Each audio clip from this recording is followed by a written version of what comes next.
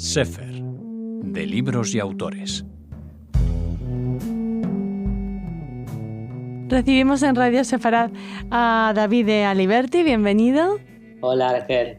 David es hispanista y autor de un libro cuyo título, claro, nos atrae desde el primer momento. Sefarad, una comunidad imaginada. Un libro que recorre esos intentos constantes de acercamiento de España a los sefardíes, a los judíos, y que no sé cómo se gesta en este caso este libro. Davide, ¿cómo surge la idea de escribir este Sefarad, una comunidad imaginada? A ver, el libro nace de mi tesis doctoral que defendí en 2015, y la idea la tuve, digamos, en 2011 o 2012, no me acuerdo bien, cuando me enteré cuando oí de que el ministro de Asuntos Exteriores español, entonces Moratino,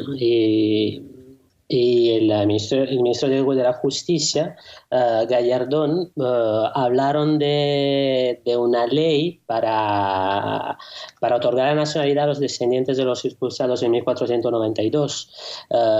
Eso fue antes del anteproyecto de ley de 2014, ¿no? Hicieron esa declaración en el Centro Sefarad. Y entonces yo oí por primera vez esta noticia, me llamó la atención y empecé a investigar un poco todo lo que eran las políticas españolas hacia los sefardíes. Yo ya estaba interesado en el mundo sefardí, pero desde el punto de vista, digamos, de la lengua, ¿no? del judeo español, y nunca me había puesto a trabajar sobre las políticas españolas.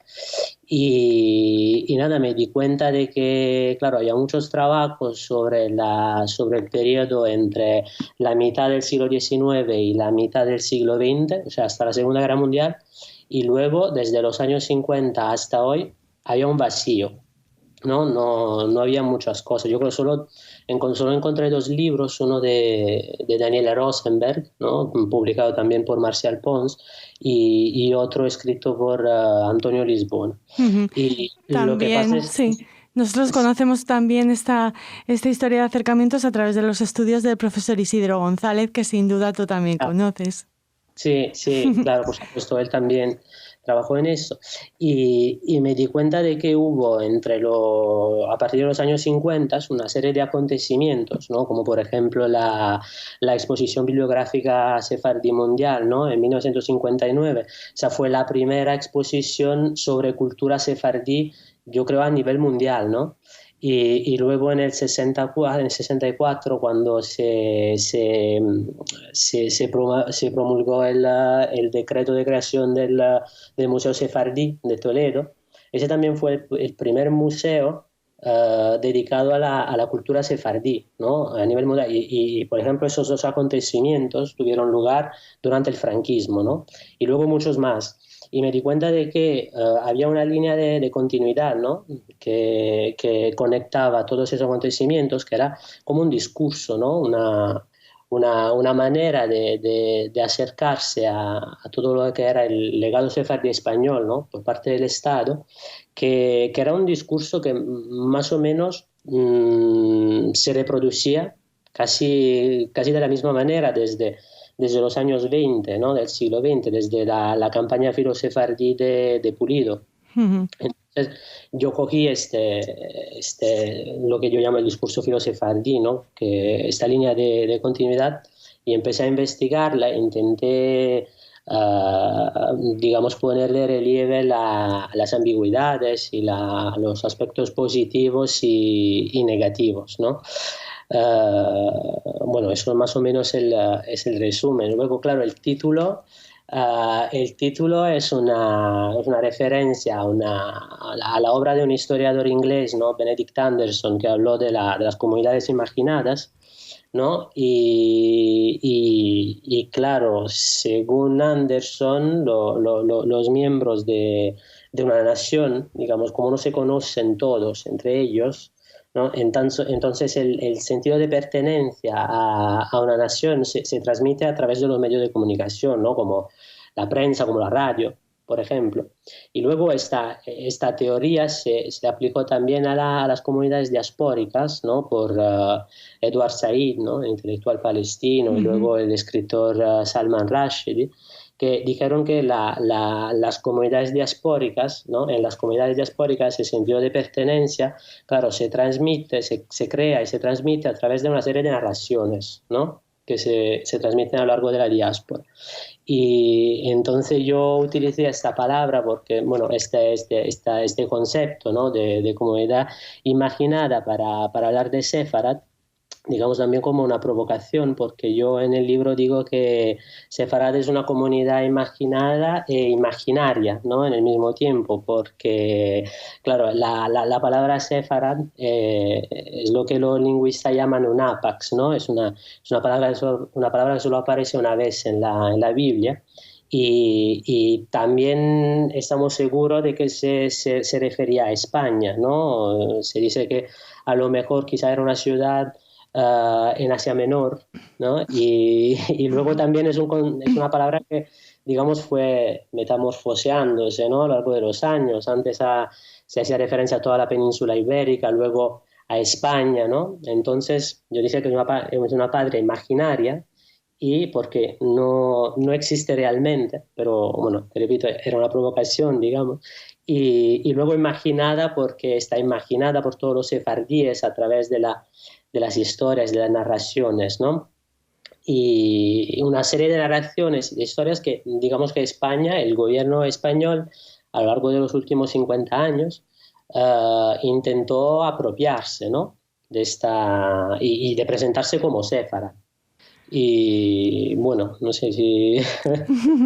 Sí, me llama la atención que hablas de eso, de un marcado filosefardismo en una España, bueno, en la que siempre, me atrevo a utilizar ese adverbio, ha existido un antisemitismo sin judíos, ¿no? Esa es una de las ambigüedades a las que te refieres en el libro también.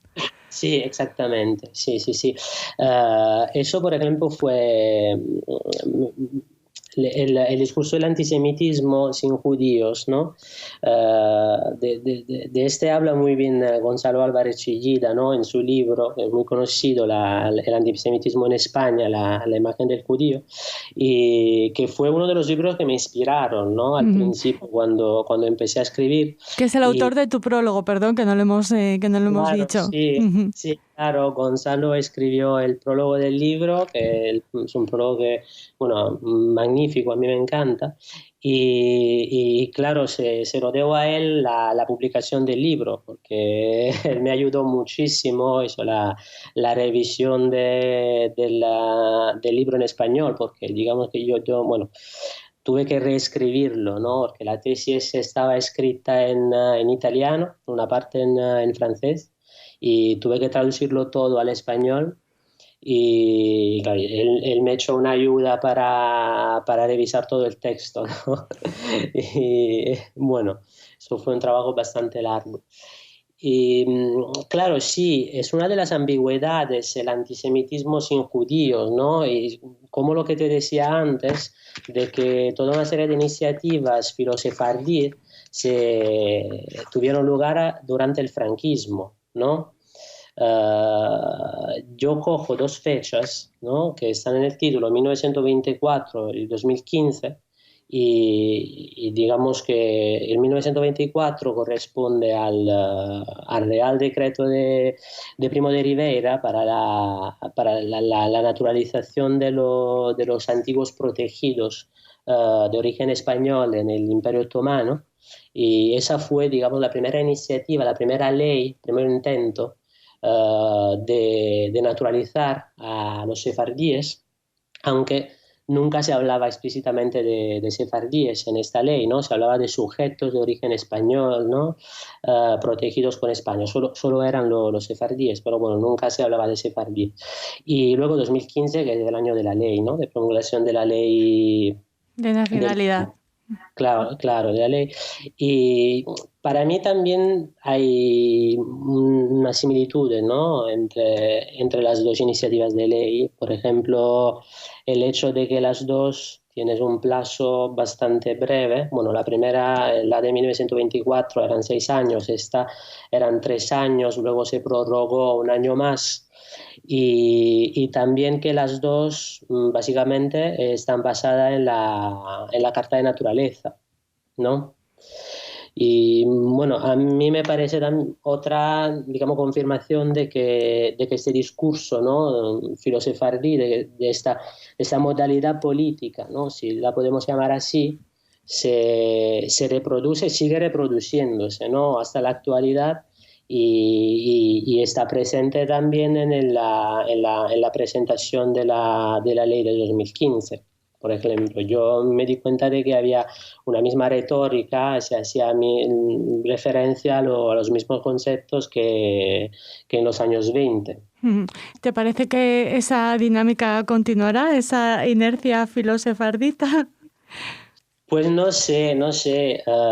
Yo creo que sí. ¿O que termina con la ley de 2015? No sé, ni idea. Lo primero es que hay que ver lo que va a pasar después de la ley, o sea, si se va si se termina así o si se va a prolongar más, ¿no? La ley.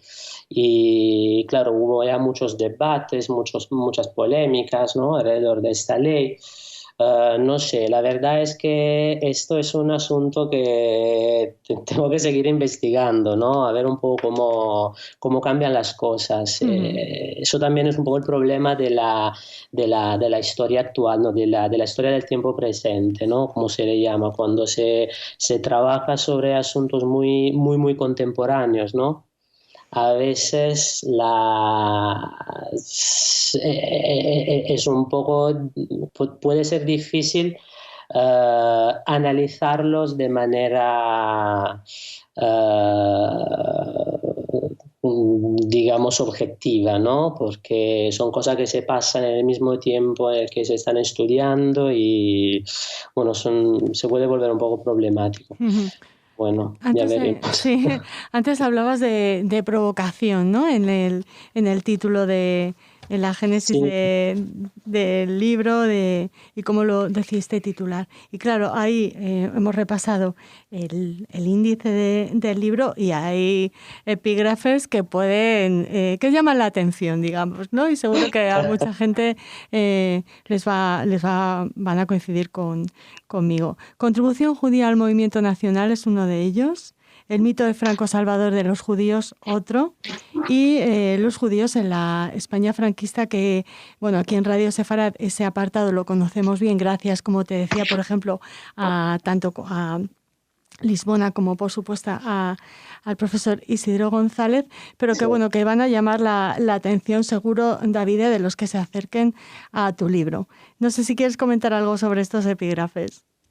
Bueno, a ver, toda la primera parte del libro, ¿no? A la que tú estás haciendo referencia, es, digamos, un resumen, ¿no? de todo lo que se ha dicho, que se había dicho hasta la publicación del libro. O sea que esas son investigaciones que, por ejemplo, todo lo que concierne la contribución judía al movimiento nacional, son investigaciones que ya estaban hechas por otros historiadores, ¿no?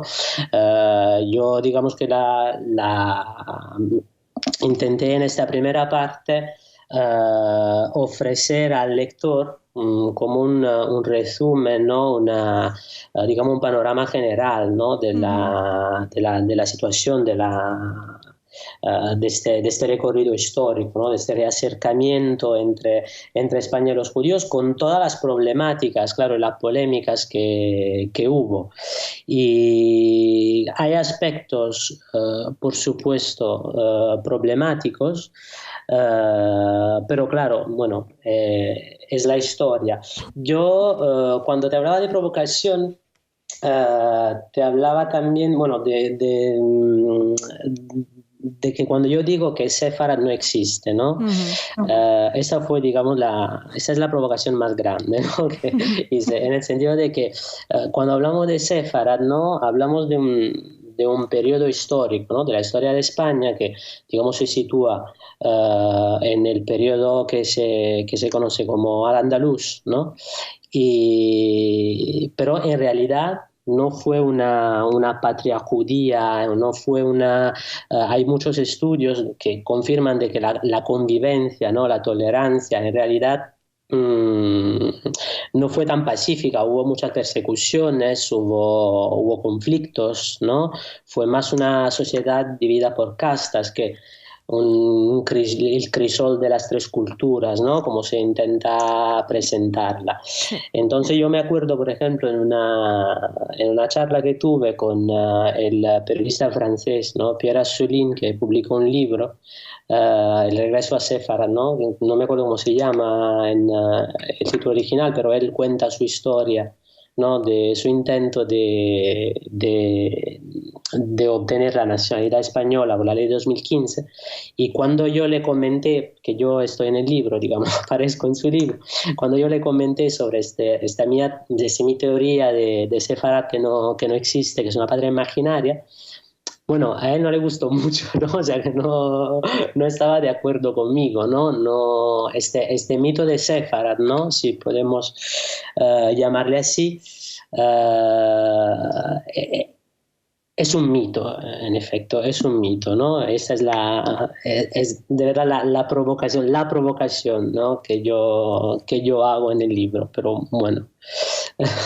Bueno, pues con esa tesis tuya, con esa provocación, terminamos. Esperamos que nuestros oyentes lean el libro y bueno, se acerquen a esta compilación que has hecho de todo, del resumen de esos múltiples acercamientos entre España y los judíos expulsados.